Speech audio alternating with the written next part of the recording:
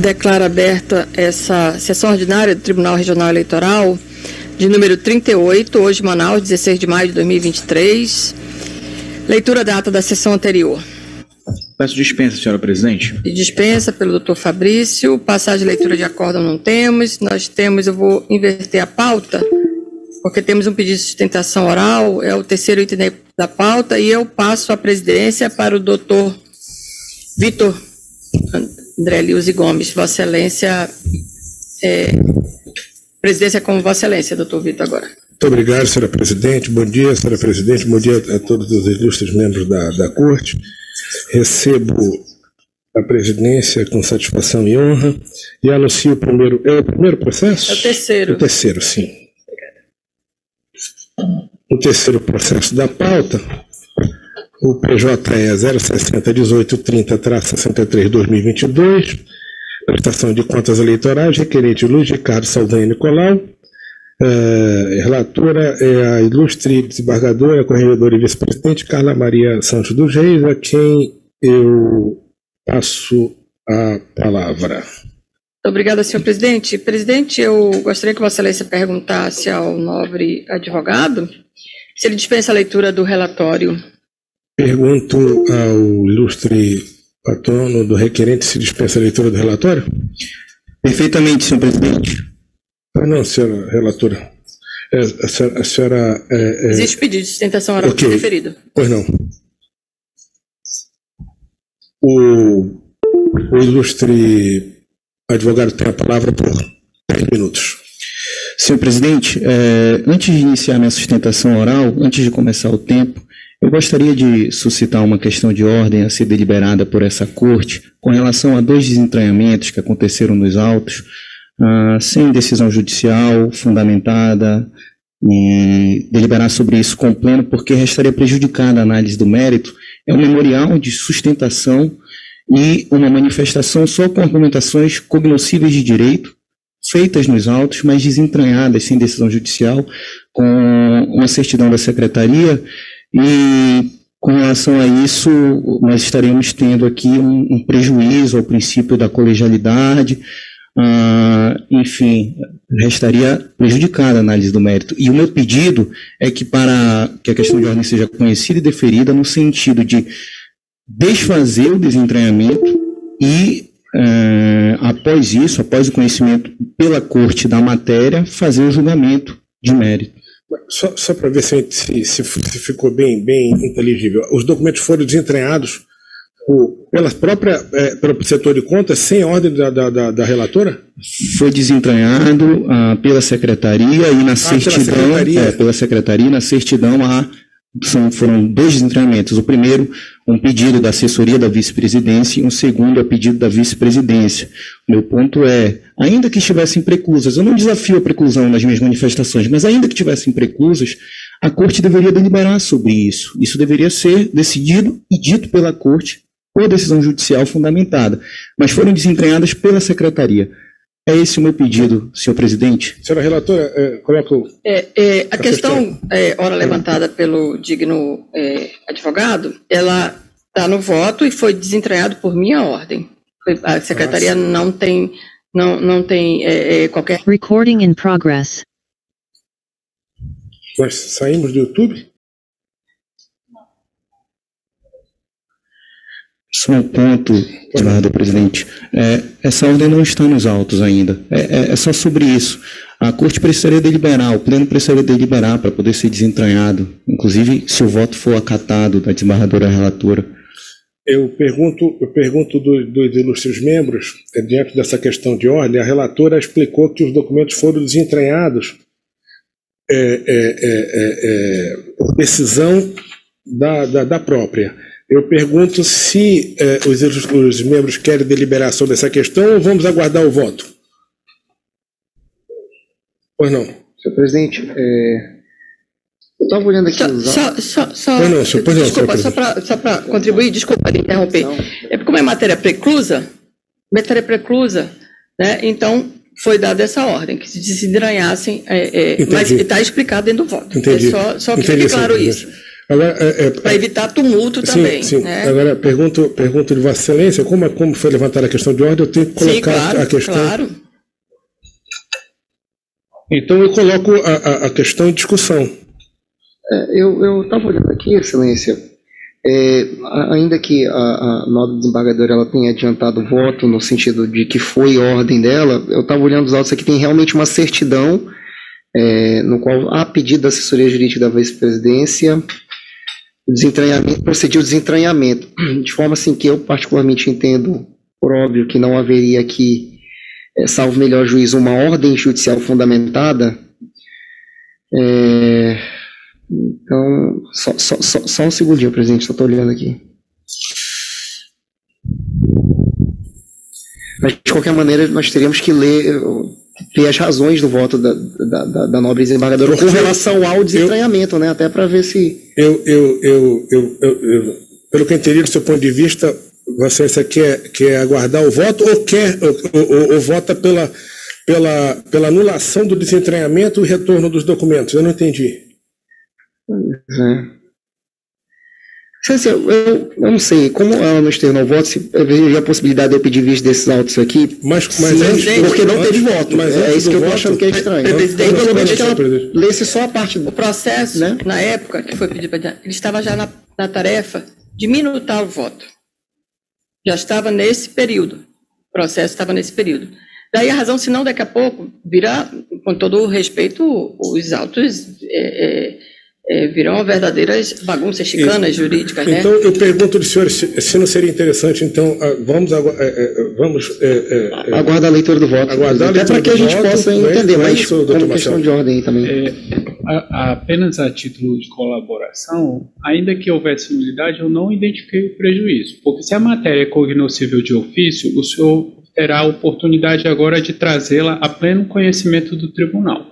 Quanto aos demais documentos, eles já estariam, como a Excelência já disse, eventualmente atingidos pela preclusão. Sim. Então, não identifico nulidade com prejuízo identificado. Eu acho que, como é uma questão de ordem, e nós teríamos que aguardar o voto da relatora, e após o voto, aí sim os senhores teriam condições de analisar se há necessidade ou não, entendeu, desses documentos serem analisados. Sim. Podemos continuar? Doutor Rony participa? Não, né? Então, o advogado tem... Perfeito. Agradeço à Corte pela deliberação. Senhor presidente, primeiro lhe cumprimento, lhe dando um bom dia a todos os demais membros, a desembargadora relatora. Trata-se da prestação de contas do candidato Ricardo Nicolau ao cargo de governador no pleito de 2022. Alguns apontamentos foram feitos pelo órgão técnico. O órgão técnico se posicionou pela reprovação das contas e devolução de valores. Há alguns pontos em que não há controvérsia, como, por exemplo, o gasto com Facebook de R$20 mil, em que se realizou mesmo a compra de R$20 mil, e só se utilizou R$9.200, sobraram, portanto, e não foram contabilizados como sobras de campanha. De fato, há esse equívoco, e esse prestador não se opõe à devolução de R$10.245. Com relação à compra de combustíveis, no importe de R$24 mil, também não há nenhuma oposição à devolução de R$5 mil que vieram do FEFEC, tendo em vista que R$19 mil foram de recursos próprios e não se encontra em nenhuma das hipóteses de devolução de valores ao erário esses R$19 mil. As notas fiscais, segundo o órgão técnico, dos gastos de despesas com o FEFEC estão nos autos, nos IDs 116.33.214 a 116.33.218.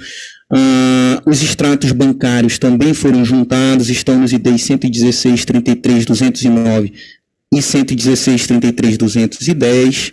Com relação à senhora Marineida Leão, uma prestadora de serviços que recebeu R$500, houve um problema, um erro material na inserção do seu CPF no SPC Web, mas nos autos, e estão nos autos ainda, a cópia do contrato com o CPF anotado de forma correta, inclusive a cópia do CPF acostado a esse contrato também se encontra nos autos, foi apenas um erro material. E agora, partindo para o ponto controverso dessa prestação de contas, seria a incidência da utilização de recurso de origem não identificada no importe de R$ 559 mil, e o órgão técnico e o Ministério Público, em sede de parecer, opinaram pela devolução desses valores. Senhores desembargadores, o ponto modal dessa prestação de contas é de que esse caso não se aplica o regimento do artigo 32, que trata sobre o recurso de origem não identificada. Qual é a situação que temos aqui? O prestador de contas fez um aporte, uma autodoação de R$ 700 mil no mês de setembro, mas na sua declaração de bens, quando do registro de candidatura, declarou apenas R$ 141 mil em patrimônio estimável em dinheiro, inclusive declarando a sociedade da qual é sócio e recebe suas retiradas de lucro, que foram justamente esses valores, esse valor de R$ 700 mil. Nesse momento ele declarou R$ 141 mil, mas aportou depois R$ 700 mil, e isso o órgão técnico entendeu como recurso de origem não identificada, mais especificamente no inciso 1, parágrafo 1º do artigo 32, e aqui faço questão de ler para os senhores, que diz o seguinte, abro aspas, caracteriza um recurso como de origem não identificada, inciso 1, a falta ou a identificação incorreta do doador. Senhores, explico o porquê desse dispositivo não se aplicar no presente caso. Porque nós temos aqui o doador muito bem posto. O doador foi o prestador, o senhor Ricardo Nicolau. Aqui não temos dúvida quanto ao CPF do doador, não temos dúvida quanto à conta bancária, pessoa física de onde saíram esses recursos, não temos dúvida quanto ao nome completo do doador. O órgão técnico e nem o Ministério Público têm dúvidas quanto à identificação do doador. O caso seria a ausência de lastro financeiro que justificasse essa autodoação. Mas aplicar essa regra ao presente caso é, sem sombra de dúvidas, excelência, sem sombra de dúvidas, fazer uma interpretação extensiva em malam parte, porque esse inciso trata, e todos os outros incisos, tratam da dificuldade de identificação do doador, ou, por exemplo, erro no CPF do doador, erro do CPF no doador no extrato bancário, utilização de recursos para quitação de empréstimo cuja origem não seja identificada. O artigo 32 elenca 8 incisos em que estão taxativamente as hipóteses de conceituação de recurso de origem não identificada. E em nenhuma delas, excelências, encontramos qualquer situação que se assemelhe à presente. O caso aqui poderia ser apurado em sede de abuso de poder econômico, nos meios que comportam a averiguação de abuso de poder. E lá, sem muita dificuldade, nós conseguiríamos comprovar a origem lícita desses valores. Até porque tem origem lícita. Nós estamos falando de um prestador que teve mandato de deputado estadual até março há mais de 24 anos. Tem uma renda satisfatória há mais de 24 anos. E, além disso, é sócio de uma pessoa jurídica de alto capital social, e isso está na sua declaração de bens no registro de candidatura. Teve uma antecipação de lucro nesse ano de quase R$2 milhões líquido. Essa é a declaração, e esse foi o único documento que eu juntei a destempo. O único documento que foi juntado a destempo, de fato foi juntado a destempo, foi a retirada de lucros do candidato, doutor Marcelo. Mas o porquê desse documento ter sido juntado a destempo não desafia a preclusão. Eu jamais quis insultar a inteligência dessa corte tentando desafiar a preclusão a essa altura do campeonato, tendo o entendimento da preclusão sido consolidado no Brasil inteiro. O ponto, senhores, é que, acaso reconhecida como recurso de origem não identificada, o que não é o caso, o que creio eu não acontecerá hoje aqui, mas acaso reconhecida como RONE, esse documento ele deve ser conhecido, e esse é o entendimento do Tribunal Superior Eleitoral, deve ser conhecido para afastar a devolução de valores ao Tesouro Nacional. Porque, se isso acontecesse, nós estaríamos diante de enriquecimento ilícito e sem causa da União, porque estamos falando de valores lícitos.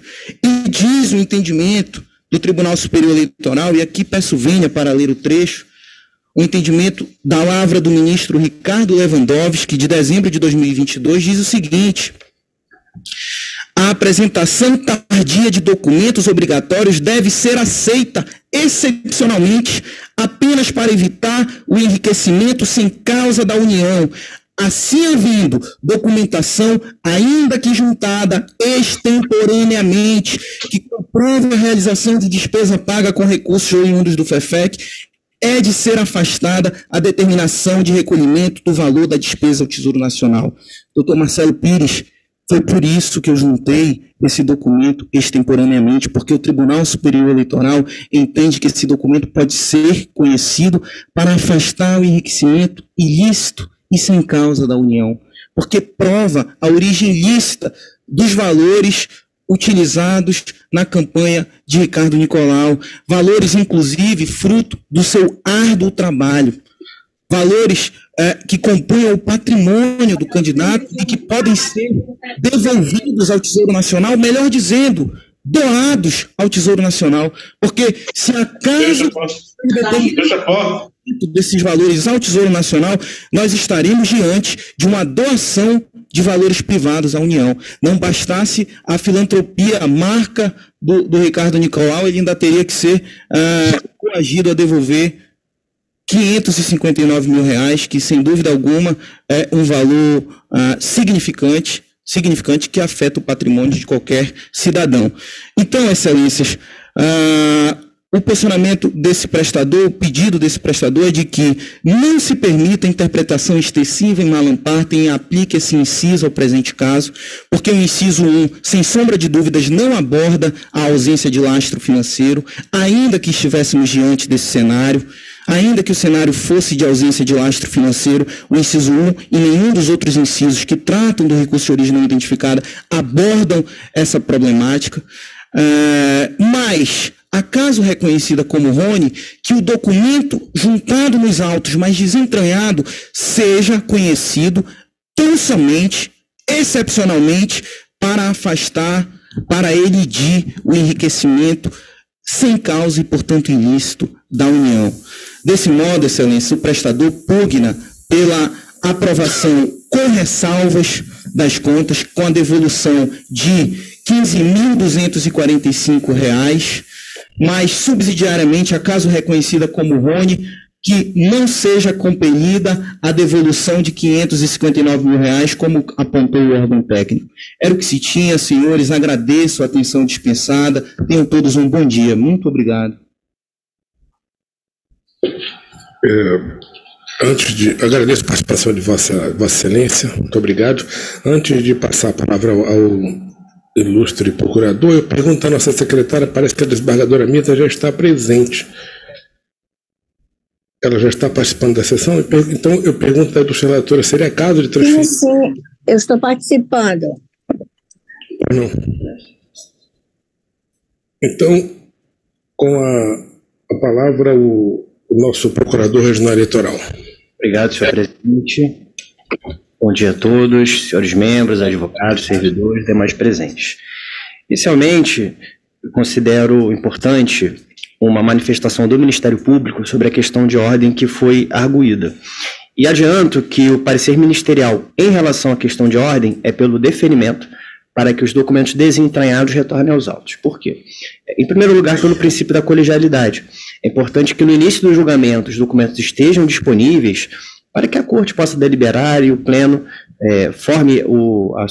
tome a sua decisão com base nas informações que foram em algum momento disponibilizadas. E eu trago aqui dois desdobramentos relevantes sobre o retorno dos documentos, que são os seguintes. O primeiro desdobramento. Quando o Ministério Público teve acesso aos autos e emitiu seu parecer escrito, havia alguns documentos que hoje não estão mais disponíveis. Então, eu não consigo fazer uma sustentação nos moldes do parecer, porque a situação fática, por assim dizer, dos autos já não é mais a mesma. Então, algumas questões que eu havia preparado para trazer, eu não posso, porque o advogado trouxe os documentos, o Ministério Público se manifestou sobre eles, mas os membros não terão acesso a esses mesmos documentos. Então, não faz sentido vou abordar algumas teses que estão no parecer escrito e que hoje não podem mais ser devidamente verificadas. Essa é uma situação pela qual os documentos, salvo o melhor juízo, deveriam retornar. O outro desdobramento é o seguinte: o excelentíssimo advogado trouxe uma tese, que eu não vou me posicionar sobre ela agora, porque eu estou em sede de questão de ordem, que merece ser analisada se, excepcionalmente, para evitar o enriquecimento sem causa da União, seria possível relativizar a preclusão para que essas justificativas sejam examinadas, não para fins de aprovação, desaprovação ou não prestação, mas simplesmente para evitar que haja um ressarcimento e, posteriormente, uma rediscussão em relação a esse assunto. Então, com essas considerações, o parecer ministerial é pelo deferimento da questão de ordem para que os documentos desentranhados retornem. Pelo princípio da eventualidade, pode ser que essa questão de ordem seja indeferida e o julgamento prossiga. Prosseguindo o julgamento no estado da arte, ou seja, com os documentos que estão nos autos, o Ministério Público vai ratificar o seu parecer pela desaprovação com algumas considerações. Em primeiro lugar, por que dá conclusão pela desaprovação? Primeiro, o Ministério Público sustenta que os extratos bancários não foram juntados em sua integralidade de forma legível, trouxe precedente no parecer ministerial que sustenta esse entendimento, que quando os extratos não são legíveis é como se não tivessem sido juntados. Isso por si só é motivo suficiente para a desaprovação. Além disso, ainda que se considere que os extratos poderiam ser considerados, o que se verifica é que as irregularidades somadas ultrapassam aquele percentual de 10% dos princípios da proporcionalidade e da razoabilidade. Então, é mais um motivo pelo qual as contas devem ser desaprovadas. Em relação à devolução dos recursos, eu entendi que a parte em controvérsia é justamente a devolução dos R$559 mil, que são recursos próprios que excedem a capacidade patrimonial declarada do candidato. O Ministério Público considera, com a devida vênia, que são, sim, recursos de origem não identificada, com base nos documentos que estão juntados hoje, nos presentes autos, considerando que o candidato declarou à Justiça Eleitoral uma determinada capacidade patrimonial. Ele informou quais seriam os seus bens. Quando sobrevém uma suposta doação de recursos próprios superior à capacidade que ele próprio declarou, surge uma dúvida. Será que, das duas, uma, ou essa origem não é aquela que foi declarada, ou ele ocultou informações à Justiça Eleitoral? Então, diante dessa dúvida, entendo que sim, a situação deve ser tratada como recursos de origem não identificada, e a solução legal para essa hipótese é justamente a devolução, né, por assim dizer, dos recursos à União, né? O advogado chamou de doação, mas ali trata assim como doação, por considerar que são recursos de origem certa, de origem não identificada.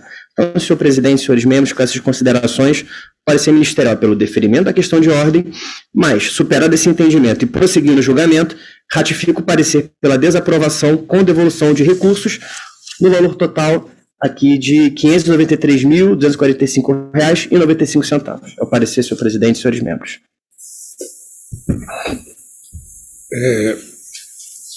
Eu passo a palavra para a ilustre relatora e questionando se seria interessante colocar novamente essa questão de ordem, porque o procurador, pelo que eu entendi, me pareceu que essa questão tem uma relação de prejudicialidade com o mérito. Não é isso? O retorno desses documentos influenciariam na questão da análise do mérito.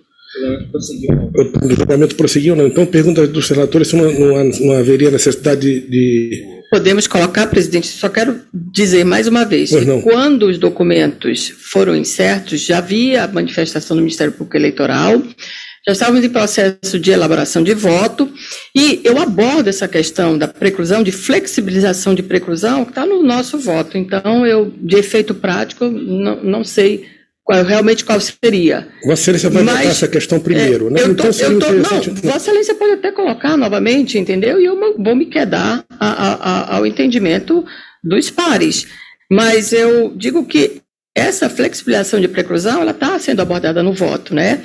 E o efeito prático já havia um parecer do Ministério Público Eleitoral, quando já estava para voto, quando foi inserido os memoriais, essas manifestações, já, inclusive, precluso. Então, efeito prático, não... Mas agora me pareceu interessante, senhora relatora, como você vai tratar essa matéria logo no início do voto? Eu vou abordar sobre isso. Essa primeira questão, e aí, após essa leitura, nós colocaríamos em votação.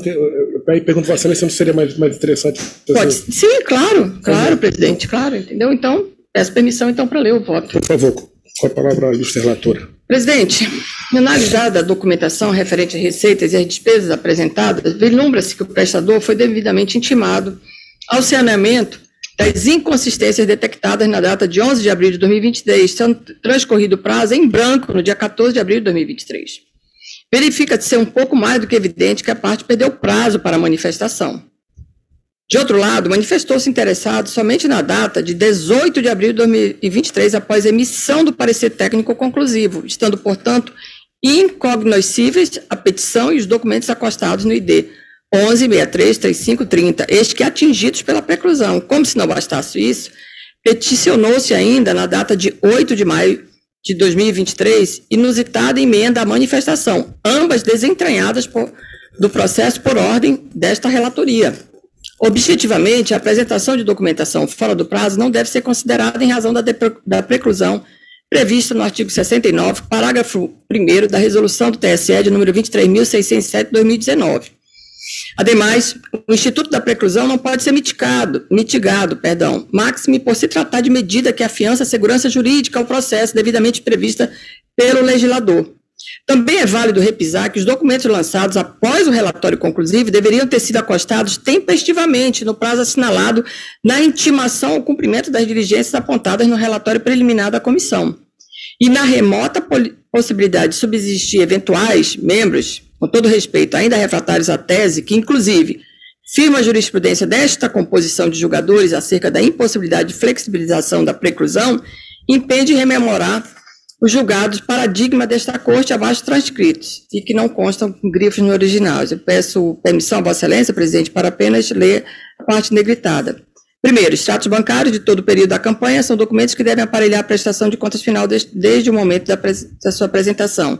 Simples petição despida de qualquer comprovação do tanto quanto alegado não tem o condão de autorizar o pedido, ainda que formulado dentro do prazo inicialmente estipulado para a manifestação, a bem de prestigiar a isonomia entre os jurisdicionados e a segurança jurídica, além de respeitar normas processuais basilares.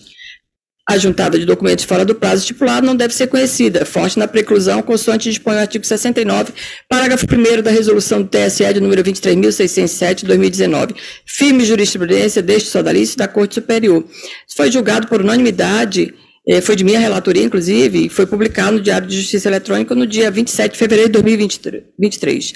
Prossigo dizendo que, a título de reforço argumentativo, ressalta-se que tal entendimento já foi exaustivamente discutido por este colegiado. E mais, a cada julgamento de caso análogo, a jurisprudência desta Corte anaboliza a impossibilidade de conhecimento quanto à manifestação e documentos atingidos pela preclusão. Veja-se, inclusive, elementado por cada vogal, começar pela minha direita. Digo o seguinte, peço permissão mais uma vez para ler a parte negritada. É inadmissível a juntada extemporânea de documento em prestação de contas, quando a parte tenha sido anteriormente intimada, suprir a falha e não faz no momento oportuno atrair a ocorrência da preclusão em respeito à segurança das relações jurídicas. Prestação de contas eleitorais, desembargador Vitor, na época, Vitor André Eliuse Gomes, publicado no Diário de Justiça Eletrônica na data de 2 de dezembro de 2022. Mais uma. Prestação de contas eleitorais, eleições de 2022, contas retificadoras, apresentação fora do prazo, preclusão. Conforme jurisprudência desta Corte, os prazos de diligências previstos na resolução TSE de número 23.607 de 2019 são preclusivos, não se admitindo a juntada extemporâneas de manifestações e novos documentos na hipótese em que a parte foi intimada a suprir a falha e não faz no momento processual adequado. A relatoria aqui foi do Dr. Marcelo Manuel da Costa Vieira, foi publicada em sessão em 12 de dezembro de 2022. Mais uma, senhor presidente.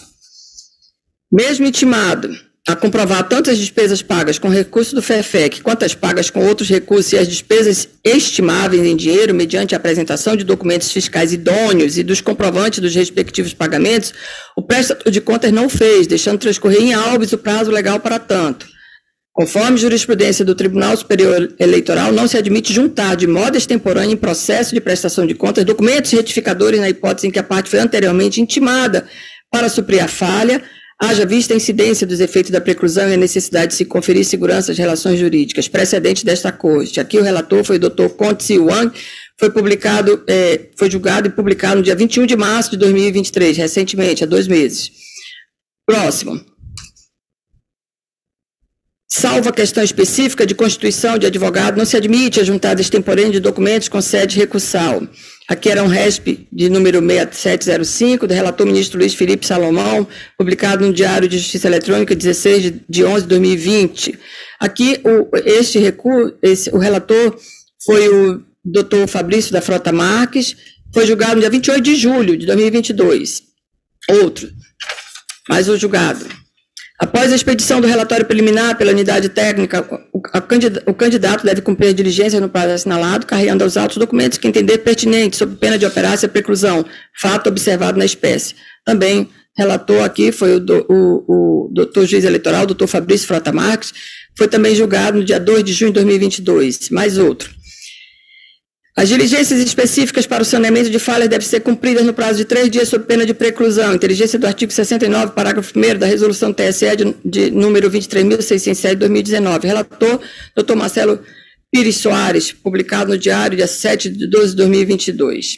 Prossigo eu dizendo, senhor presidente, tudo posto e sopesado, é incoerente e inviável julgar-se em um determinado sentido durante todo o ano de 2022 com a mesma composição plenária e, eventualmente, intentar-se alteração do entendimento à esta altura do período final de julgamento das prestações de contas decorrente de certame eleitoral findo, em detrimento de outros prestadores, os quais tiveram suas contas julgadas no sentido dos precedentes desta Casa, assim primando-se pela estrita obediência ao princípio da coerência, segurança jurídica, estabilidade e integridade jurisprudencial estabelecida no artigo 926 do CPC, além de incidir a recomendação de número 134/2022 do CNJ, de 9 de outubro de 2022, que dispõe sobre o tratamento dos precedentes no direito brasileiro totalmente aplicável para o deslinde do caso. Atente-se à dicção do artigo 4º e 8º em verbis.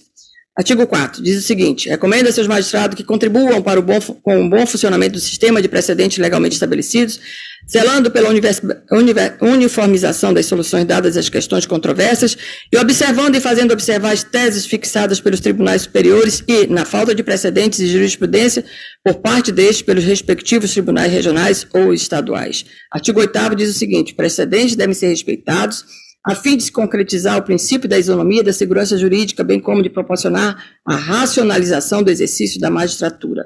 Fecho aspas e houve destaque.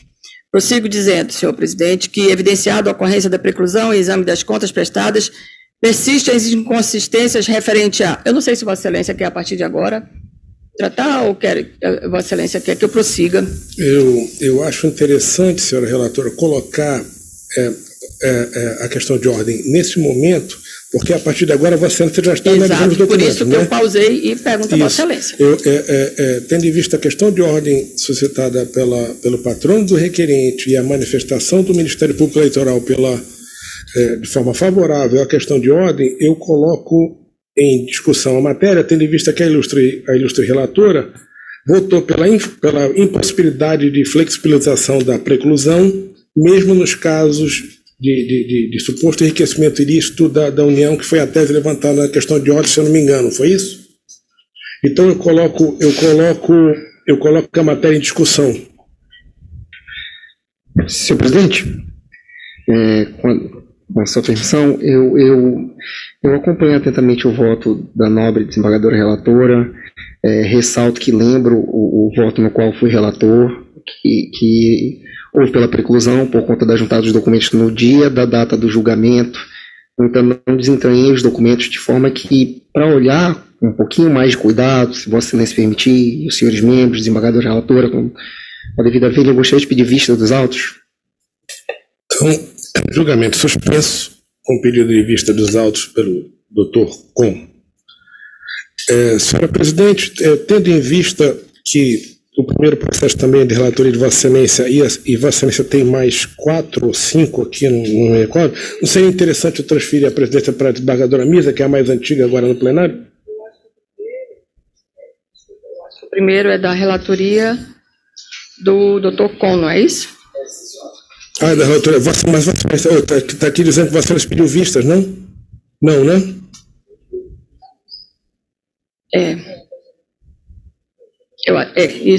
Isso, sim. Está com vista para mim. Então, mas eu questiono Vossa Excelência, como existe um membro mais antigo, seria interessante transferir a presidência? Sim, claro, com certeza. Então, eu transfiro a presidência para a desembargadora Mirza Cunha com as minhas homenagens. Agradeço a participação e, nesse momento, Vossa Excelência já está na presidência, desembargadora Mirza. Bom dia a todos, desculpem o atraso, mas na verdade eu fui pega de surpresa. Eu pediria, sinto-me honrada em tomar a presidência neste momento, mas eu pediria à secretária que lesse o próximo processo, anunciasse o próximo processo, tendo em vista que eu não estou com a pauta em mão. Como eu disse, eu fui pega de surpresa. E se puderem alguém me mandar a pauta, eu agradeço.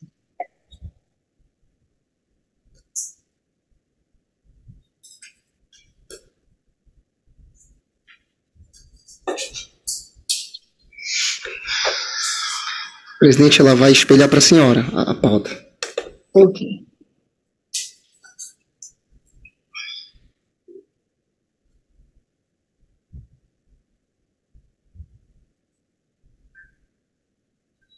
Nós estamos, esse próximo processo aqui, né? Prestação de contas eleitorais. É o processo 060 1660, dígito 91, 2022, tá? Uma prestação de contas que tem como requerente Cristóvão Luiz Martins Carlos, advogado Diego Américo da Costa Silva, e relator o juiz do Tribunal Eleitoral, Dr. Contíssimo Luan. Com a palavra, o relator. Senhora presidente, considerando que houve vistas, pedido de vista da desembargadora Carla, eu pediria da senhora para manifestação da desembargadora, para o obséquio. Então, com a palavra, a relatora vistante. Muito obrigada, senhora presidente. Eu peço permissão para ler meu voto vista. No caso, nota-se que o parecer de diligência, ID 1154-2002, fora publicado no mural no dia 19 de novembro de 2022, tendo a parte peticionada pugnando pela dilação de prazo no dia 22 de 11 de 2022, conforme petição ID 1155-3656, a qual se transcreve. Transcrever a parte apenas negritada. Vem respeitosamente a presença de Vossa Excelência, com devido respeito e acatamento, atendendo o respeitado despacho de folhas, requerer o prazo de mais 3 dias para juntar todos os documentos solicitados, a fim de sanar todas as irregularidades apontadas. Manual 22 de novembro de 2022, Dr. Diego Américo Costa Silva. Prossigo dizendo que aportaram esses documentos no dia 25 de 11 de 2022, sendo que apenas em 28 de 11 de 2022 o relator do feito deferiu o pedido de dilação do prazo nos seguintes termos. Abro aspas. Trata-se de prestação de contas eleitorais apresentado por Cristóvão Luiz Martins Carlos, candidato a deputado estadual no pleito eleitoral de 2022. Em análise preliminar, o núcleo de análise técnica identificou a necessidade de manifestação do prestador de contas no prazo de 3 dias acerca das ocorrências apontadas no evento 1154-2002. Regularmente intimado, o requerente pleiteia a dilação do prazo por mais 3 dias. Evento 11553656. Porque bem justificado, defiro o pedido formulado no evento 11553656, concedendo prazo improrrogável de 3 dias. Decorrido o prazo com ou sem manifestação, remeta-se feita a unidade técnica para prosseguimento da análise, desembargador eleitoral Conte-Silva, relator. Pois bem, da superficial análise do pedido quanto da decisão não se extrai justificativa plausível que justifique o pleito, tampouco consegue se observar o alegado bem justificado pedido consignado na decisão que revela descumprimento ao ônus da prova por parte do requerente, bem como dilação de prazo graciosa a afrontar a isonomia entre os jurisdicionados e desobediência à jurisprudência da Corte. A propósito, não é demasiado rememorar o julgado de número 060-1924, dígito 11.2022.6.04, sob a relatoria desta votante, que restou assim emendado, sem grifos nos originais. Vou ler apenas, peço permissão a Vossa Excelência para ler apenas a parte negritada. O pedido de dilação de prazo para manifestação não é um direito subjetivo da parte, cumprindo ao órgão judicante, mediante justo motivo e respectivo lastro probatório, nos termos do artigo 223, cumulado com o artigo 435 do CPC, deferir ou não a prorrogação pretendida diante da análise do caso alegado não tem um condão de autorizar o pedido, ainda que formulado dentro de prazo inicialmente estipulado para manifestação, a bem desprestigiar a isonomia entre os jurisdicionados. A de documentos fora do prazo estipulado não deve ser conhecida, forte na preclusão, consoante dispõe o artigo 69, parágrafo 1º da resolução TSE de número 23.607 de 2019. Firme jurisprudência deste sodalício e da Corte Superior. Prossigo dizendo que é chegada a hora, senhora presidente, de essa Corte, de nos rendermos todos ao entendimento da maioria, que a cada julgamento da matéria análoga anaboliza a jurisprudência que não admite a flexibilização da preclusão, com o direito, por certo, do vogal ressaltar seu ponto de vista sobre o tema que se fundamenta em sua particular visão. Nesse cenário, não estando o processo apto para julgamento, impõe-se o desentranhamento das peças fulminadas pela preclusão, quais sejam todas a contar de 25 de novembro de 2022, considerando a não comprovação de caso fortuito ou de força maior, para que a parte se desincumbisse do encargo que lhes competia a tempo e modo. E, a propósito, adere-se aos seguintes julgados e sem grifos no original. Vou ler apenas a parte negritada. Pedido de dilação de prazo, indeferido, mérito, preclusão.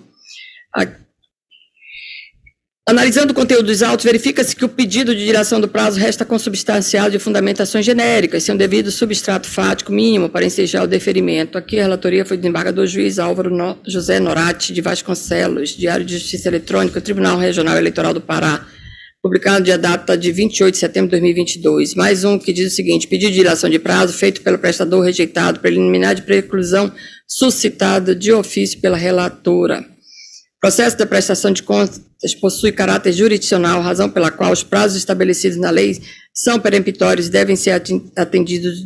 Deferimento da dilação de prazo para apresentação de documentos é uma faculdade do julgador a depender da justificativa que venha a ser dada pelo prestador de contas, sob pena de preclusão, pois, em verdade, a obrigação deste é estar com toda a documentação reunida e apresentada no momento da prestação de contas finais, podendo usufruir do direito de juntar documentação complementar no prazo legal, quando estado para tal, conforme estabelecido no parágrafo 3º, inciso 1º, parágrafo 7º, parágrafo 8º do artigo 36 da resolução de regência. Aqui a relatoria foi da desembargadora Érica de Paiva Duarte Tinoco, Tribunal Regional Eleitoral do Rio Grande do Norte, datado de 24 de setembro de 2021.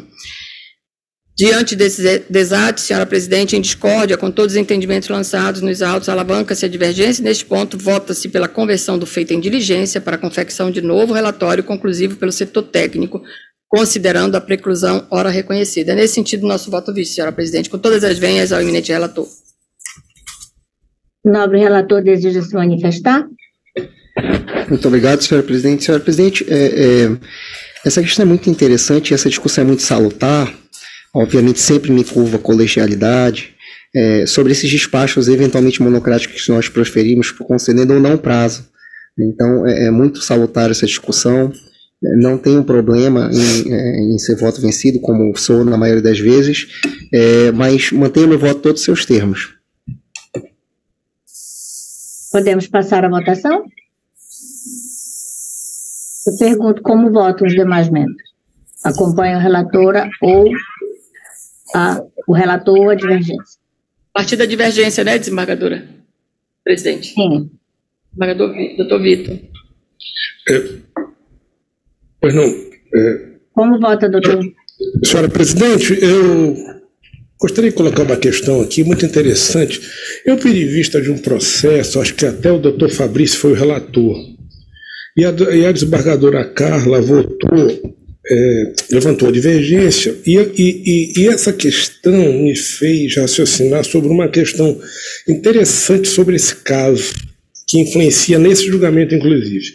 Naquele processo, a parte solicitou a devolução do prazo, justificando o motivo de força maior, e o relator, inclusive nesse ponto até, nas minhas reflexões, eu discordo, porque eu entendo até que, em razão de motivo de força maior, tratando-se de um prazo legal, o relator poderia até devolver o prazo, mas nunca estendeu o prazo. O relator estendeu até o prazo para 7 dias. Exato.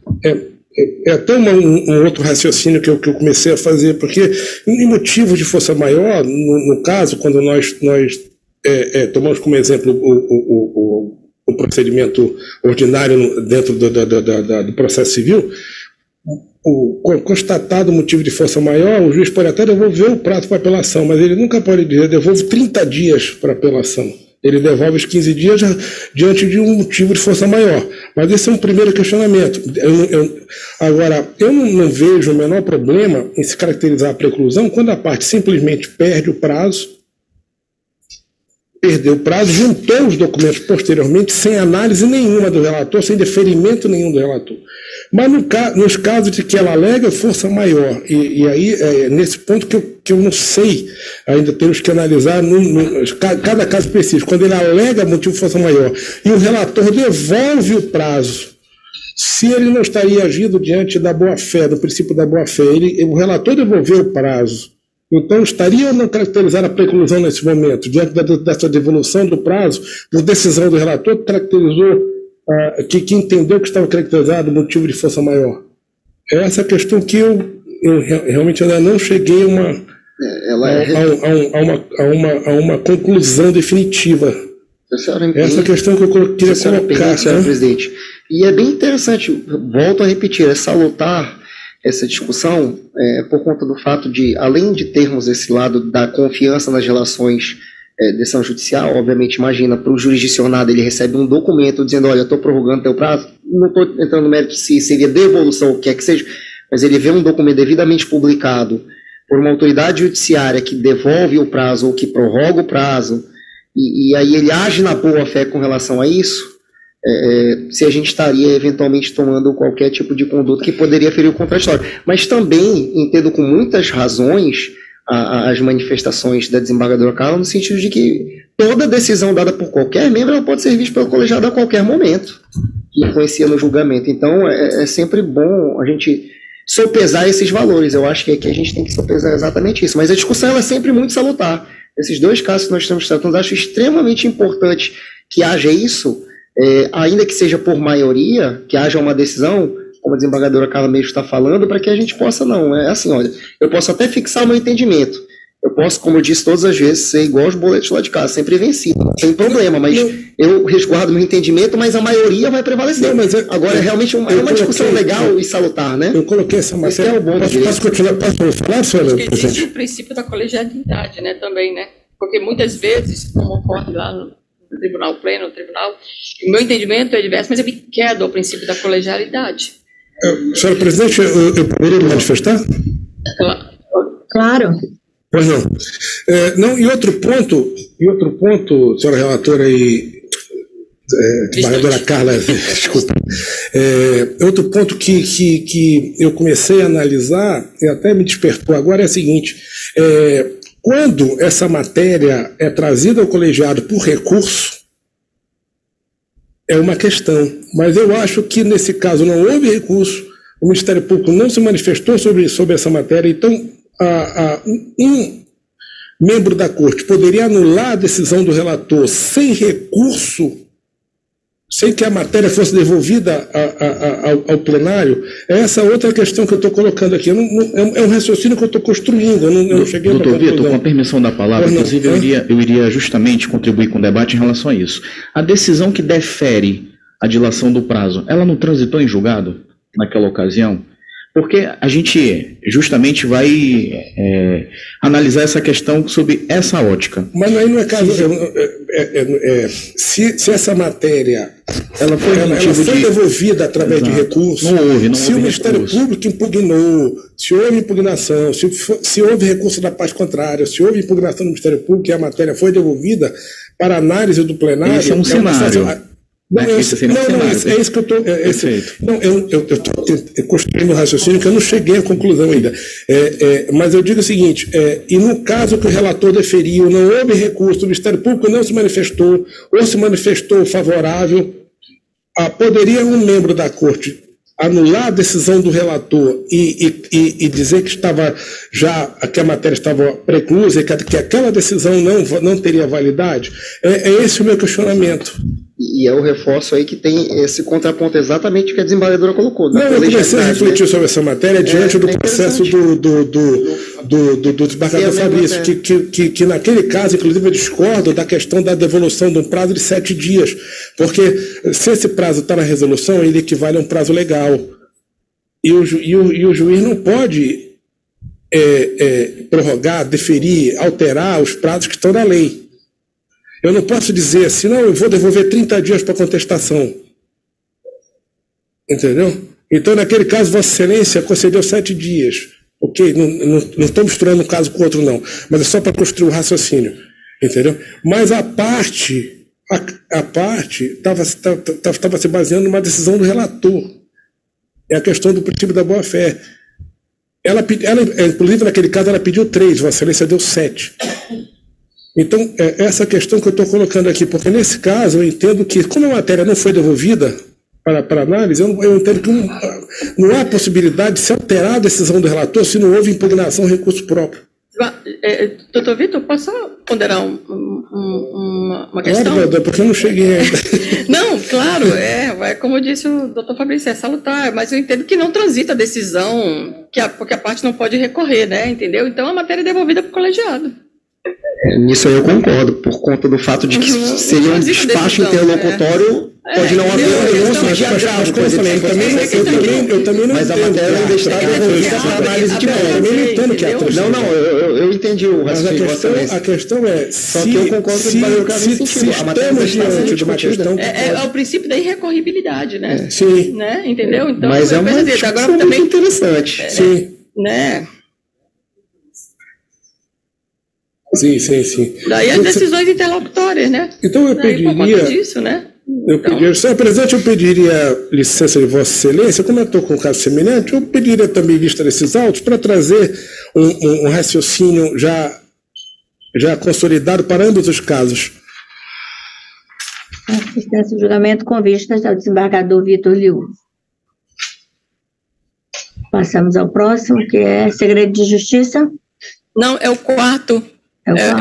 O quinto, sexto e o sétimo são da minha relatoria e Vossa Excelência continua na presidência, desembargadora Misa. Obrigada. Obrigada. Então, passamos ao quarto processo, tá? Fugiu minha pauta aqui. Não, eu já abri a pauta aqui. Só me localizar. Ao quarto processo, de número 060-2056-68, 2022.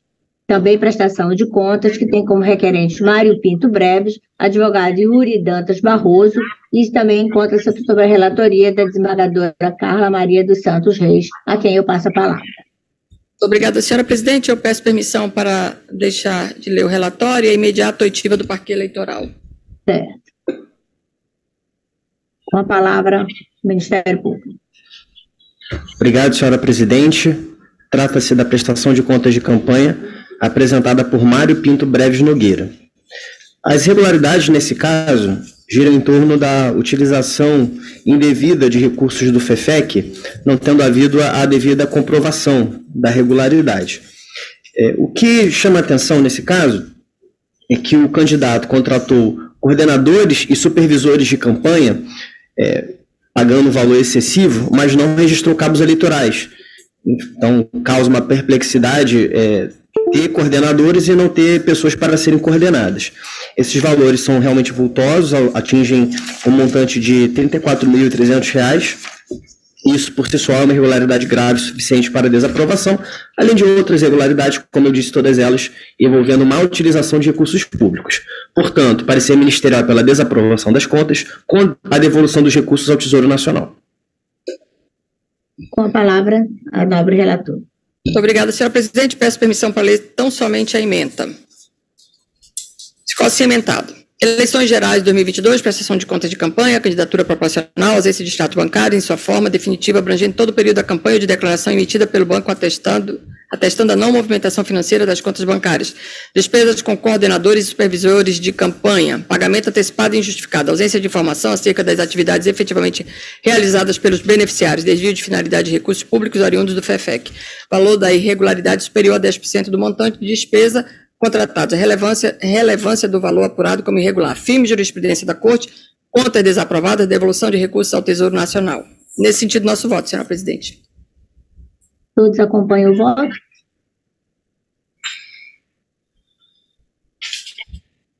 Todos acompanham o voto? Sim, senhora.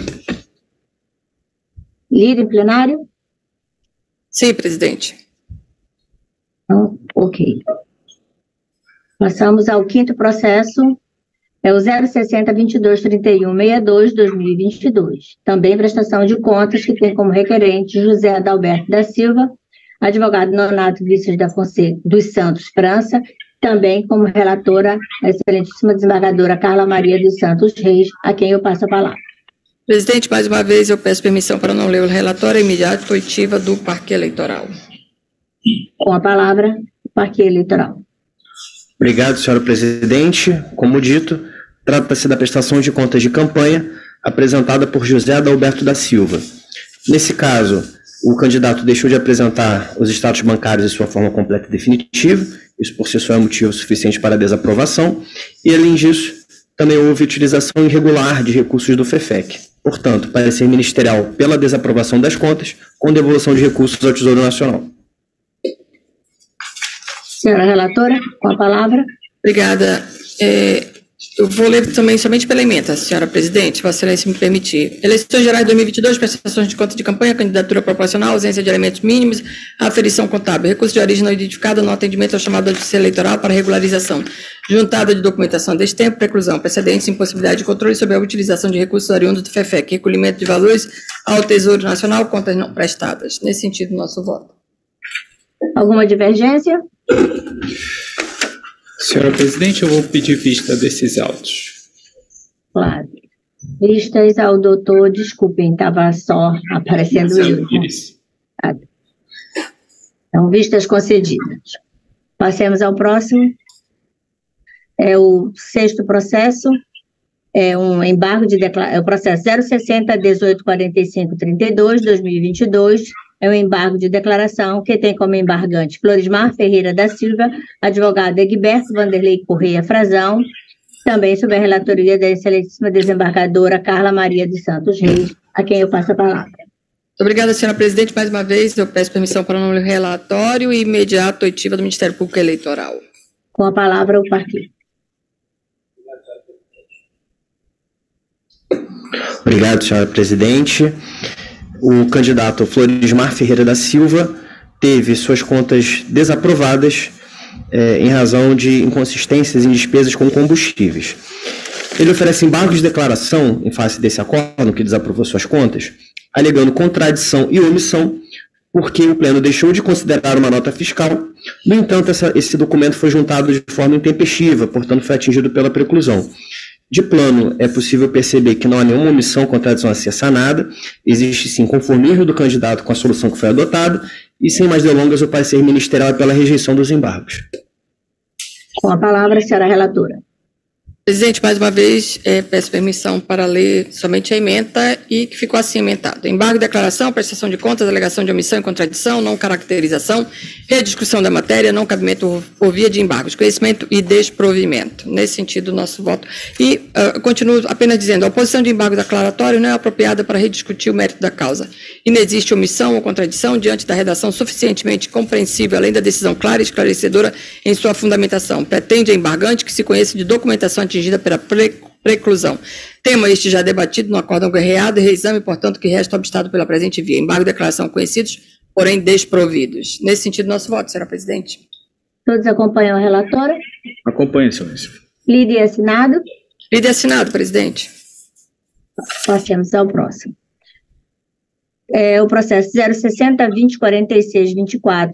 060-2046-24-2022, também prestação de contas, que tem como requerente Clóvis Queiroz de Medeiros e advogado Yuri Dantas Barroso. Também ainda sob a relatoria da excelentíssima desembargadora Carla Maria dos Santos Reis, a quem eu passo a palavra. Presidente, mais uma vez eu peço permissão para deixar de ler o relatório e a imediata oitiva do Parque Eleitoral. Com a palavra, o Parque Eleitoral. Obrigado, senhora presidente. Trata-se da prestação de contas de campanha apresentada pelo candidato Clóvis Queiroz de Medeiros. Nesse caso, os documentos apresentados pelo candidato não podem ser considerados em razão da preclusão, não foi observado o prazo estipulado. A primeira consequência disso é que o órgão técnico pontuou que não foram apresentadas informações mínimas para análise. E diante dessa situação, o parecer deve ser pela não prestação das contas. Não foi possível, de fato, analisar a movimentação financeira ou ajuste contábil. Além disso, o candidato recebeu recursos do FEFEC, no valor de R$30 mil, e as justificativas apresentadas, de igual modo, também não podem ser consideradas. Concluindo, o parecer ministerial é pela não prestação e pela devolução desses recursos do FEFEC no valor de R$30 mil ao Tesouro Nacional. Senhora relatora. Obrigada, senhora presidente. Lerei somente a emenda. Eleições gerais 2022, prestação de contas de campanha, candidatura proporcional, ausência de extratos bancários, ausência de registro das despesas realizadas, inércia ao chamado da Justiça Eleitoral para o saneamento das irregularidades, ausência de elementos mínimos à aferição contábil, impossibilidade de controle sobre a utilização de recursos oriundos do FEFEC, recolhimento de valor ao Tesouro Nacional, contas não prestadas. Nesse sentido, nosso voto. Senhora presidente. Alguma divergência? Senhora presidente, eu peço vista desses autos também. Ok, vistas ao doutor Marcelo Soares. Passemos ao processo de número 060-24-76-73-2022, o embargo de declaração, que tem como embargante, no caso, na verdade, esse eu devolvo a presidência à excelentíssima desembargadora Carla Maria dos Santos Reis, tendo em vista que o relator é o desembargador Vitor Liuzzi. Então, devolvo a presidência. Obrigada. Muito obrigada. Recebo a presidência, agradecendo a desembargadora Misa, e anuncio o 8º processo da pauta. Chama a julgamento processo PJE de número 060-24-76-73.2022.6.04. Embargo de declaração, embargante Valdemir de Souza Santana, advogado Egberto Vanderlei Corrêa Frazão, relator o doutor Vitor André Liuzzi Gomes, juiz do Tribunal Regional Eleitoral. Vossa Excelência tem a palavra. Muito obrigado, senhora presidente. Pedir a dispensa da leitura do relatório e a manifestação do Procurador Regional Eleitoral, por favor. Pois não. Com a palavra, Vossa Excelência, doutor Rafael. Obrigado, senhora presidente. O candidato Valdemir de Souza Santana teve suas contas julgadas não prestadas em razão da ausência de apresentação da prestação de contas finais. Em sede de embargo de declaração, ele pretende apresentar os documentos faltantes, alegando que, pelo princípio da proporcionalidade e razoabilidade, os documentos poderiam ser apresentados juntamente com o recurso. De plano, mais uma vez, verifica-se que não há nenhuma omissão, contradição a ser sanada, mero inconformismo. Portanto, na mesma linha que adotei no processo anterior, o parecer ministerial é pela rejeição dos embargos. Pois não, devolvo a palavra à Vossa Excelência. Muito obrigado, senhora presidente. Senhora presidente, pediria permissão para votar pela emenda, tendo em vista que estou em total harmonia com o parecer ministerial. Posso prosseguir, senhora presidente? Pode, pois não. Embargo de declaração, alegação de omissão, intimação, apresentação de documentos após o prazo esgotado, impossibilidade, processo judicial, preclusão, rejeição. 1. A decisão embargada indicou de forma clara e direta as razões de convencimento deste órgão julgador, não havendo visto a justificar novo pronunciamento sobre a questão, a qual somente poderá ser reexaminada em sede de recurso ordinário ou especial, conforme o caso. 2. O processo de prestação de contas de candidato tem caráter jurisdicional. Logo, aplicam-se os institutos processuais cabíveis, como a preclusão. Não há omissão no julgado na medida que foi evidenciada a intempestividade dos documentos juntados, operando-se a preclusão. E, por último, rejeição dos embargos de declaração é como voto, senhora presidente. Sua Excelência, o relator rejeita os embargos de declaração. Alguma divergência? Todos de acordo? Fica, então, proclamado o resultado nos termos de voto de Sua Excelência, o relator. Nono processo da pauta. Chama a julgamento processo PJE de número 060-1907, dígito 72.2022.6.04. Prestação de contas eleitorais, requerente Edson Carlos de Deus Castilho, advogado doutor Diego Américo Costa Silva, relator, juiz do Tribunal Regional Eleitoral, doutor Marcelo Manuel da Costa Vieira, que tem a palavra. Obrigado, senhora presidente. Bom dia a todos. Senhora presidente, eu peço a dispensa da leitura do relatório e a imediata oitiva do parquê, por favor. Pois não, com a palavra, Vossa Excelência, doutor Rafael. Obrigado, senhora presidente. Trata-se da prestação de contas de campanha apresentada por Edson Carlos de Deus Castilho. A irregularidade que chama a atenção é a ausência da procuração, e isso por si só é motivo suficiente para que as contas sejam julgadas como não prestadas. Além disso, houve recebimento de recursos financeiros originados do FEFEC, Fundo Especial de Financiamento de Campanha, no valor de R$20 mil, e o candidato não logrou a regular utilização desses recursos públicos. Conclusão, o parecer ministerial é pela não prestação das contas, com obrigação de restituir ao Tesouro Nacional o valor de R$20 mil. Devolvo a palavra a Vossa Excelência, doutor Obrigado, Marcelo. senhora presidente. Eu peço para julgar pela emenda, já que estou em harmonia com o parecer ministerial. Fique à vontade. Prestação de contas eleitorais, eleições de 2022, ausência de advogado regularmente constituído nos autos, contas não julgadas não prestadas. Conforme pacífica a jurisprudência desta Corte, a ausência do advogado regularmente constituído nos autos enseja o julgamento das contas eleitorais como não prestadas, nos termos do artigo 98, parágrafo 8º da Resolução 23.607. Tendo o candidato recebido recurso do Fundo Especial de Financiamento de Campanha, esses recursos devem ser devolvidos ao Tesouro Nacional. Contas julgadas não prestadas com recolhimento de recursos ao Tesouro Nacional na ordem de R$20 mil e com sectários nos termos do que foi disposto no meu voto. É como voto, senhora presidente. Pois não, muito obrigado, doutor Marcelo. Sua Excelência, o relator julga as contas não prestadas com recolhimento de recursos ao Tesouro Nacional. Todos de acordo? Então, proclamado o resultado nos termos do voto de Sua Excelência, o relator. Item 10 da pauta. Chama a julgamento processo PJE de número 0600-285, dígito 78.2020.6.04.0015. Recurso eleitoral, recorrente Marinilde Bentes Colares, advogado doutor Luca Fernandes Albuquerque, recorrido Simão Peixoto Lima, advogado doutor Rogério Ramon de Souza Xavier, relator juiz do Tribunal Regional Eleitoral, doutor Marcelo Pires Soares, que tem a palavra.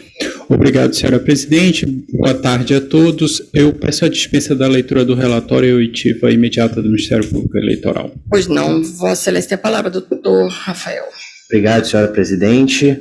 Trata-se, na origem, de representação movida pela coligação Agora é a Vez do Povo, em face de Simão Peixoto Lima, em razão de publicidade institucional em período vedado.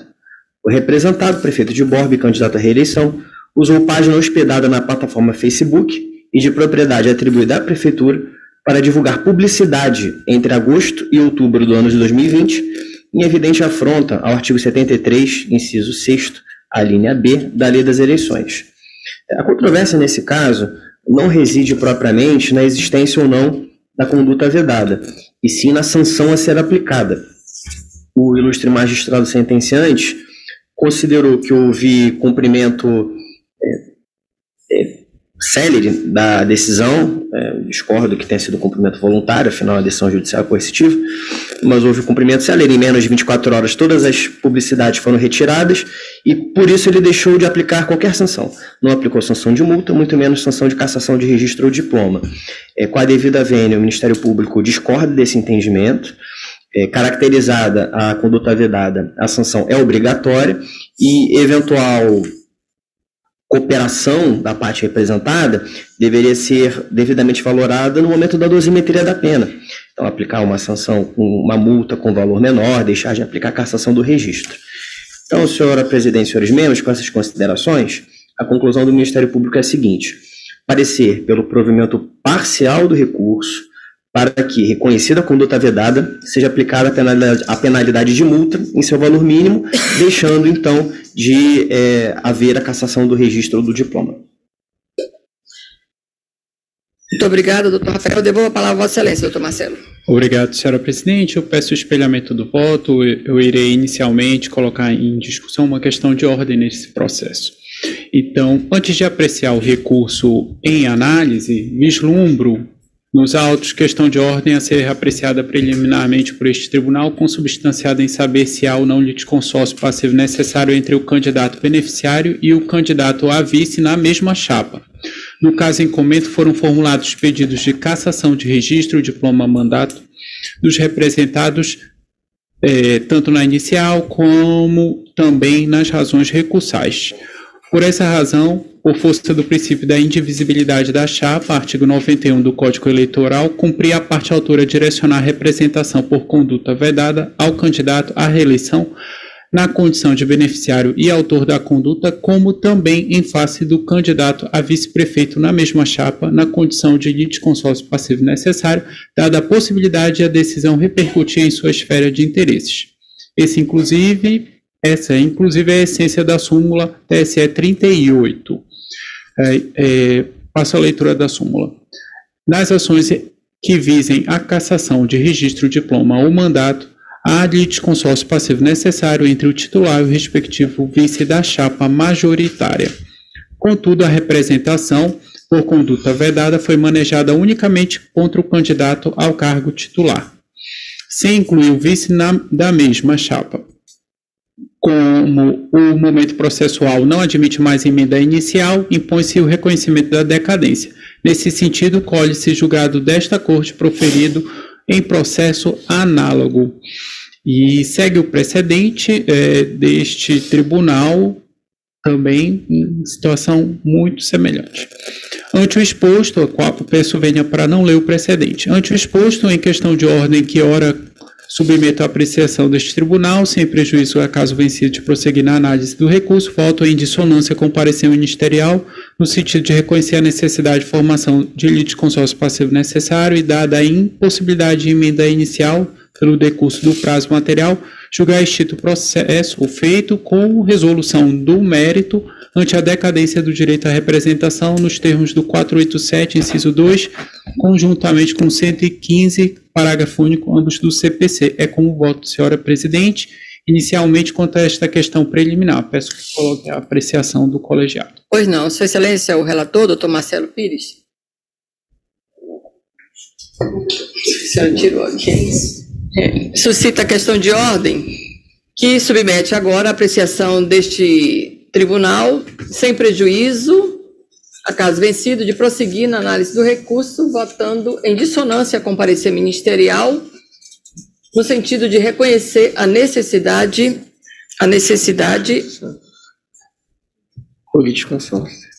de formação de litisconsórcio passivo necessária e, dada a impossibilidade da emenda da inicial, pelo decurso do prazo material, julgar extinto o feito com resolução de mérito ante a decadência do direito à representação nos termos do artigo 487, inciso 2, cumulado com o artigo 115, parágrafo único, ambos do Código de Processo Civil. Em discussão e votação. Senhora presidente, eu adianto desde logo que acompanho o relator, por conta do fato de que eu olhei os autos e há pouco tempo votei no sentido de não acolher a decadência por entender que não havia litisconsórcio, mas reparei que havia uma questão peculiar diferente. Então, já adianto desde logo que acompanho o relator. Pois não. Todos de acordo? Então, Vossa Excelência pode prosseguir no mérito, doutor Marcelo. Não, foi extinto. Desculpa, extinguiu, né? Desculpa, Então, está extinto o processo, desculpa. Sem resolução, com resolução de mérito, né? Ante a decadência do direito à representação em dissonância com o parecer do Ministério Público Eleitoral. Próximo da pauta, o 11º. Chama a julgamento processo PJE de número 0602-495-79.2022.6.04. É um processo administrativo requerente ao Tribunal Regional Eleitoral e o relator é o juiz do Tribunal Regional Eleitoral, doutor Marcelo Pires Soares, que tem a palavra, doutor Marcelo. Obrigado novamente. Eu peço a dispensa da leitura do relatório e oitiva imediata do Procurador Regional Eleitoral. Vossa Excelência tem a palavra, doutor Rafael. Obrigado, senhora presidente. Trata-se de procedimento instaurado para tratar de minuta de resolução para regimento interno da Ouvidoria Regional Eleitoral do Amazonas. Sem mais delongas, o parecer ministerial foi pela aprovação da resolução de minuta e, nesse momento, eu me limito a ratificar o parecer pela aprovação da minuta. Devolvo a palavra, Vossa Excelência. Obrigado. Considerando que se trata de matéria administrativa e o voto é justamente também pela aprovação, sendo que faço apenas um destaque que as alterações propostas são meramente formais de recolocação dos dispositivos, de alguns poucos dispositivos, mas nenhuma alteração substancial, eu peço para votar pela emenda, senhora presidente. Pois não. Então, proposta de resolução, regimento interno da Ouvidoria Regional Eleitoral, aprovação. 1. Por estar em sintonia com as diretrizes estabelecidas pela Lei 13.460 de 2017 e pela Resolução CNJ 432 de 27 de 10 de 2021, deve a proposta ser aprovada. 2. Proposta aprovada. Como voto.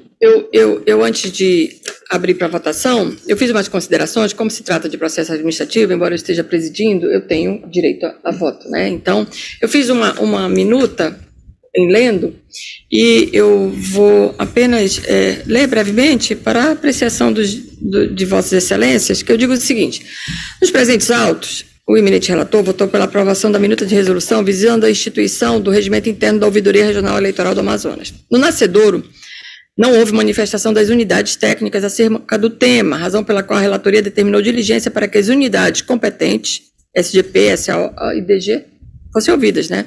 No seu turno, a Secretaria de Administração, Orçamento e Finanças manifestou-se pela adequação da proposta no tocante às funções comissionadas que a unidade não comporta. A Secretaria de Gestão de Pessoas, por intermédio da Seção de Análise Técnico-Processual, nada cresceu ao considerar sua incompetência em razão da matéria. A Diretoria-Geral perfilhou o entendimento já consignado pela SAL para fim de ajuste da minuta com relação às funções comissionadas não contempladas à ouvidoria.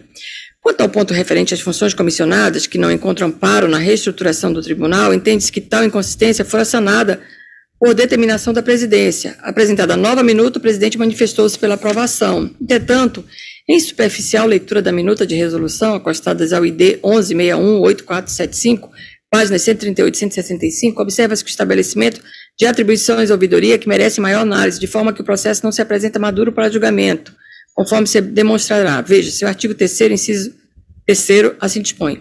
Terceiro, o Tribunal Regional Eleitoral do Amazonas providenciará a estrutura física permanente adequada ao cumprimento das finalidades da ouvidoria, bem como provisionará a dotação orçamentária necessária para a consecução das atividades próprias da ouvidoria e capacitação de seus servidores. Acredita-se, a priori, que suprimento de fundos é caso para atender eventuais demandas, não havendo necessidade de criação de mais uma unidade orçamentária. Outro exemplo, artigo 9º.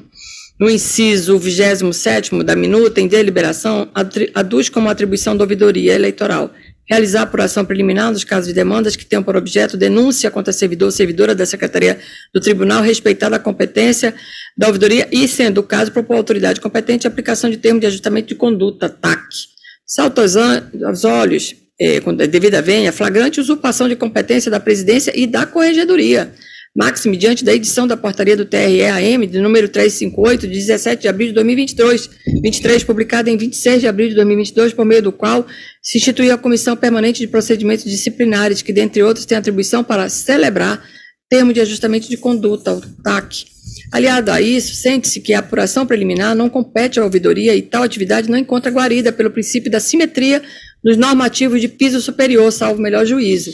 Nesse sentido, não se deve compelir ao ouvidor o tensionado no artigo 11, inciso 11º, a saber, zelar pela investigação das denúncias e reclamação dos cidadãos e dos serventuários contra o mau atendimento, bem como em razão de abusos cometidos por membros ou servidores do tribunal, propondo as soluções e eliminações das causas. Mais uma espécime que deve ser melhor moldada, diz respeito ao inciso 13º do artigo suprarreferente à competência do ouvidor ou ouvidora. Atende-se. 13º, requisitar informações e documentos a qualquer unidade ou servidor do tribunal e dos cartórios eleitorais. Nesse modelo, por se apresentar deveras genérico, e surge possível atentado contra a Lei Geral de Proteção de Dados. Entendemos desse jeito, né? Abrimos um precedente, né, justamente contra a Lei de Proteção de Dados. É um precedente que merece melhor reflexão. Ditas observações aduzem que o feito não está adequadamente instruído, com devida venha. É notória a importância da ouvidoria regional eleitoral como canal de comunicação entre esta Corte e a sociedade. Todavia, neste momento, vislumbra-se óbice intransponível a votação de minuta submetida a este colegiado, diante do mistério de submeter os presentes autos ao exame material das unidades técnicas, a assessoria jurídica da presidência, ASPES, e a assessoria jurídica da corregedoria, ASCRE, nessa ordem, para fim de manifestação acerca das questões ora suscitadas, bem como eventuais decorrentes da mesma, bem de que não haja conflito de atribuições entre as diversas unidades de controle deste tribunal. Diante desse desate, em discórdia, alavanca-se a divergência. Nesse sentido, votamos pela conversão do julgamento em diligência para a manifestação da assessoria jurídica da presidência, ASPES, e da assessoria jurídica da Corregedoria Regional Eleitoral, ASCRE, respectivamente. E em adendo, por cautela, vota-se para que a ouvidoria abstenha-se em promover quaisquer das ações ora impugnadas, bem como encaminhe imediatamente qualquer procedimento que eventualmente esteja processando ou custodiando para a autoridade competente conforme exposto. É nesse sentido nosso voto. E fica em discussão, em votação. Vamos votar. Doutor Vitor. Eu acompanho Vossa Excelência, eu entendo que quanto mais a matéria for discutida, mais salutar para a Corte, e após isso seria interessante também, né, senhora presidente, o retorno dos autos do Ministério Público, né, para a nova certeza, né? Sim, exato, exato. Com licença, senhora presidente, pela palavra. Desculpa. Eu adiro a sua divergência, até porque durante a instrução já foi feita uma conversão em diligência. Se a matéria não foi suficientemente esgotada, até porque a resolução é extensa a ponto de estabelecerem várias atribuições que não foram devidamente analisadas, eu adiro e voto pela conversão também em diligência para que novamente, eu acredito nem novamente, até porque as unidades que a senhora declinou não são as que eu especifiquei aqui no disparo. Porque eu estou lendo aqui a decisão da qual eu fiz a conversão em diligência em novembro do ano passado. Exato. Mas eu adiro a divergência, então, de modo que não há mais. Não há mais divergência. Então, pronto. Senhor presidente, foi não. Desde logo já lhe digo que acompanho o entendimento da senhora, que agora foi acompanhado pelo nobre Dr. Marcelo Pires Soares, mas eu queria só deixar registrado e acompanho a sua divergência, que agora virou a unanimidade, mas só para deixar claro, eu já sou ouvidor em final de mandato, mas o fato do relator ter trazido essa discussão é muito importante, né? Eu particularmente considero que isso é sempre um marco, né? O fato da gente discutir a função da ouvidoria, se existe algo que está acima do que está previsto na lei de LGPD ou o que quer que seja, isso aí é importante. O fato da discussão é que torna a melhor decisão a ser realizada. Então, louvo o voto de Vossa Excelência, sempre relembrando aqui e deixando muito claro que essa discussão que ela é salutar. Então, eu acompanho Vossa Excelência e, obviamente, agora o relator. Obrigada. Então, encerrada a discussão, né, com já o adendo do voto do eminente, não existe mais divergência. Passemos, então, ao 12º. Chama a julgamento o processo PJE de número 0661-782, dígito 07.2022.6.04. Prestação de contas eleitorais, requerente Sérgio Sidney Alves Bezerra, advogado Dr. Romeu dos Santos Gomes, relator, juiz do Tribunal Regional Eleitoral, Dr. Marcelo Pires Soares, que tem a palavra. Dr. Marcelo. Obrigado, senhora presidente. Eu peço a dispensa da leitura do relatório e a oitiva imediata do Ministério Público. Pois não. Vossa Excelência tem a palavra, doutor Rafael. Obrigado, senhora presidente. Trata-se de prestação de contas de campanha apresentada por Sérgio Sidney Alves Bezerra. Parecer ministerial pela desaprovação, considerando que os status bancários não foram apresentados em sua forma completa e definitiva. E aqui eu faço destaque que, especificamente, o extrato que deixou de ser apresentado foi o do mês de outubro de 2022. Então, com essas breves considerações, parecer ministerial pela desaprovação. Muito obrigada, doutor Rafael. Devolvo a palavra à Vossa Excelência, doutor Marcelo. Obrigado. Considerando que o voto está em sintonia com o parecer ministerial, peço para votar apenas pela emenda. Pois não.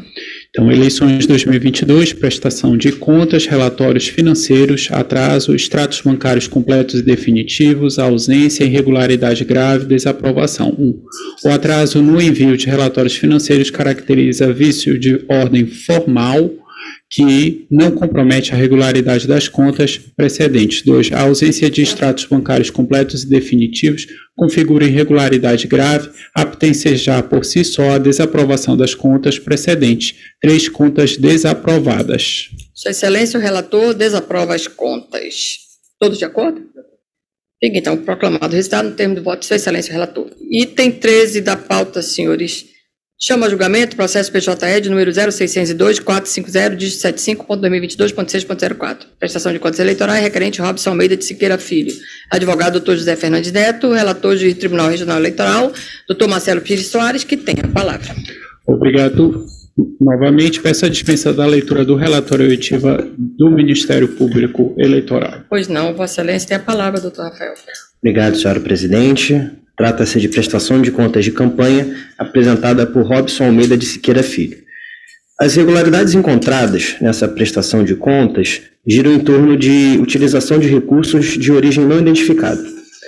A primeira irregularidade foi a utilização de recursos próprios acima da capacidade patrimonial declarada, ou seja, o candidato declarou que não possui nenhum bem. Mas, em determinado momento, ele declarou que estava utilizando recursos próprios da ordem de R$ 27.450. De onde vem esse dinheiro? Pois bem, na visão do Ministério Público, devem ser considerados recursos de origem não identificada. E a segunda irregularidade bastante assemelhado, é o recebimento de doações financeiras no valor de R$10.000 através de depósito em espécie, o que também dificulta a identificação do doador e, mais uma vez, incide na hipótese anteriormente mencionada de recursos de origem não identificada. Com essas considerações, o parecer ministerial é pela desaprovação com devolução de recursos ao Tesouro Nacional. Muito obrigado, doutor Rafael. Devolvo a palavra para a excelência, doutor Marcelo. Senhora presidente, considerando que o parecer ministerial oral indica a origem de recursos de origem não identificada ou que não ficou constante expressamente no voto, eu peço a suspensão desse julgamento e a retomada na próxima sessão, na terça-feira seguinte. Segunda, né? Dia 22? Não, é terça-feira, creio que é segunda, perdão. Sim, para que isso seja abordado explicitamente no voto. Pois não. Julgamento suspenso a pedido de Sua Excelência, o relator. Eu vou pedir para desconectarmos do YouTube, porque o processo seguinte é sigiloso, tem caráter sigiloso, e eu peço ao setor competente que nos desconecte, por favor, do YouTube.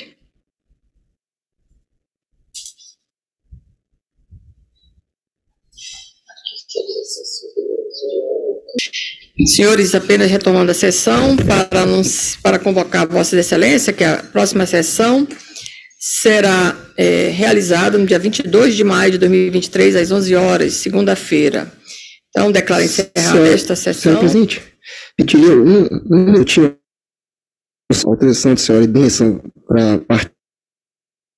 para difundir a nossa vida itinerante, que não é uma ideia nova, mas que nós fomos convidados pelos outros, pelo Encontro dos Colégios de Ouvidores, para que a gente pudesse difundir isso. Então, só para esclarecer para a senhora que iremos difundir essa nossa ideia aqui e tentar abarcar o maior número de regionais. Só isso. Pois não. Muito obrigada, doutor Com, por sua intervenção.